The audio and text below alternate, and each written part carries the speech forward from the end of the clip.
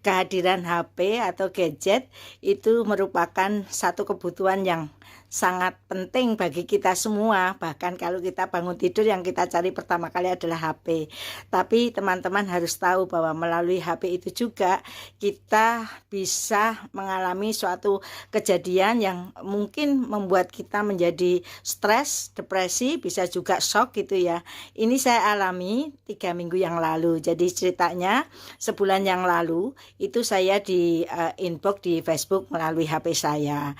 Katanya, "Ibu, Assalamualaikum, saya seorang guru dari SMA." Disebutkan dia SMA di kota Yogyakarta. Terus saya bilang, "Oh iya, karena saya ini suka ceramah guru-guru." Saya pikir ya dia guru gitu. Terus dia bilang, "Saya pindahan dari SMA sini, Bu, baru 1 tahun gitu." Karena saya tanya, "Loh, kemarin saya ceramah loh di SMA kamu gitu, kok nggak ketemu?" "Oh, saya baru pindahan 1 tahun, Bu, dari SMA ini." Kemudian saya cocokkan di SMA itu kebetulan ada mantan mahasiswa saya yang jadi guru di sana. Saya cocokkan, katanya betul ada guru baru dari SMA X gitu kan ke situ. Terus saya udah cuek aja. Terus setelah sebulan itu dia inbox di Facebook, kemudian tiba-tiba kemarin karena saya pikirannya baru ruwet mungkin ya karena banyak kegiatan koreksi, kemudian harus upload nilai dari saya kebetulan mengajar 8 mata kuliah cukup banyak gitu, karena kebetulan bidang ilmu saya itu hanya saya di kampus saya itu, karena ada yang pensiun, kemudian ada juga yang meninggal sehingga tinggal saya, yaitu bidang ilmu saya adalah biokimia. Terus kemudian tiba-tiba dia itu inbox lagi bilangnya, Ibu saya masukkan ke WA grup tauziah rahasia." Terus saya kan bilang, "Wah jangan Mbak, saya itu WA grupnya udah 112 gitu kan." Terus saya kan juga mikir WA grup tauziah rahasia, jangan-jangan ini teroris gitu kan ya. Nah kemudian dia bilang, "Wah udah terlanjur karena ini WA-nya itu rahasia, WA grupnya rahasia. Kalau mau keluar itu nggak bisa Bu, semudah itu gitu seperti biasanya gitu kan." Terus saya marah, "Lah kenapa kamu masukkan ke WA grup kok tidak konfirmasi dulu ke saya?" Terus dia bilang, "Udah Ibu, kalau mau dikeluarkan Ibu ikuti petunjuk saya." Lah habis dia ngomong seperti itu tuh saya kayak kehilangan kesadaran. Dan Allah itu sungguh luar biasa teman-teman.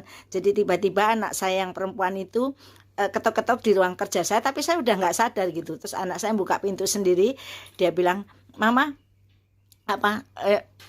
minum dulu Mah, Mama kan capek," gitu. Saya udah nggak nanggepin anak saya. Terus anak saya, "Mama ada apa?" Saya nunjuk-nunjuk HP saya, terus dipegang anak saya, terus, "Aduh mama dihack ini wes udah ribut aja, aku udah gemeteran, nggak bisa apa-apa. Aku kalau panik itu udah gemeteran gitu." Anak saya pinter, langsung kan di HP saya itu ada bankingnya ada 2. Terus yang BCA itu langsung ditelepon tuh bisa langsung diblokir. Tapi yang satunya bank daerah ini kan uangnya tidak sedikit. Aku bilang, "Gimana ini, diblokir nggak bisa, ditelepon nggak diangkat-angkat." Terus anak saya yang cowok, "Ayo nak cepet anterin mama ke bank." "Loh Kak, banknya udah tutup Mah, udah maghrib kan itu." Terus udah pokoknya anterin gitu. Alhamdulillahnya di banknya itu ada satpamnya, terus langsung saya hubungkan langsung Bu tempat orang yang memblokir. Kemudian disebutkan, "Ibu tadi jam 2 siang ngambil 1 juta ya Bu." "Ya ini belum ada transaksi lagi." Saya lemes, saking lemesnya shock kan, pingsan saya di bank itu, dibikinin minum sama satpamnya gitu. Terus udah saya 2 hari itu nggak nyambung, diajak ngomong masih linglung. Lah ternyata saya kan nangis sama anak saya, "Mama bodoh, mama goblok, mama bego," gitu. Anak saya, "Enggak Mas, semua orang bisa seperti itu, seperti terhipnotis." Tapi heran saya kok terhipnotis lewat tulisan gitu.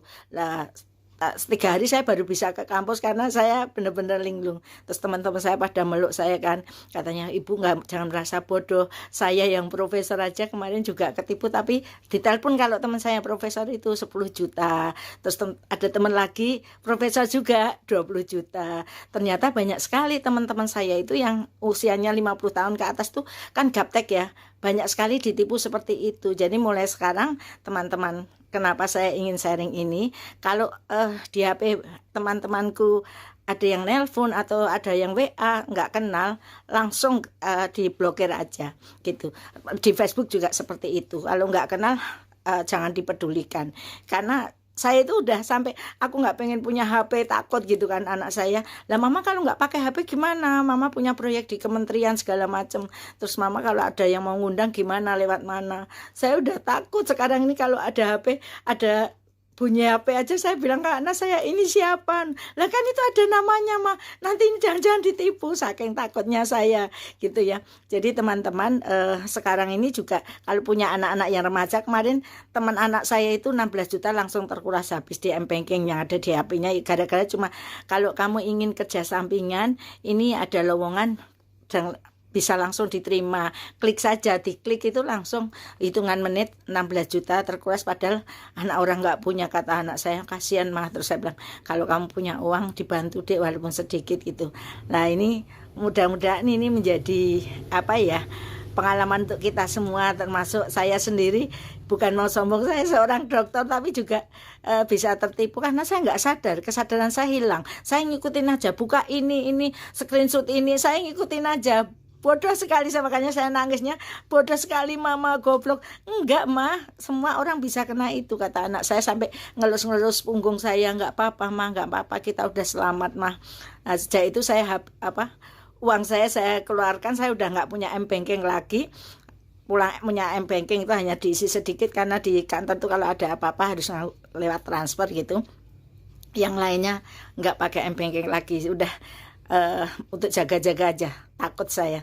Jadi itu cerita kenapa saya 3 minggu itu hampir menghilang. Jadi saya posting-posting itu hanya postingan kemarin-kemarin karena pikiran saya baru ruwet sekali. Saya nggak membayangkan kalau uang saya yang ratusan juta harus melayang gitu kan, udah habis deh hidup saya gitu ya. Bukan karena saya mata duitan, enggak, itu uang yang saya simpan lama untuk kedua anak saya kalau saya meninggal sewaktu-waktu gitu. Saya kira itu teman-teman, sekali lagi hati-hati dengan HP kalian. Kalau nggak kenal nggak usah diangkat. Kalau ada WA masuk dan nomornya nggak dikenal nggak usah dibuka gitu. Ini caranya ya, termasuk di Facebook, siapapun yang pengen dikonfirm sebagai teman nggak usah gitu. Saya kira itu. Terima kasih.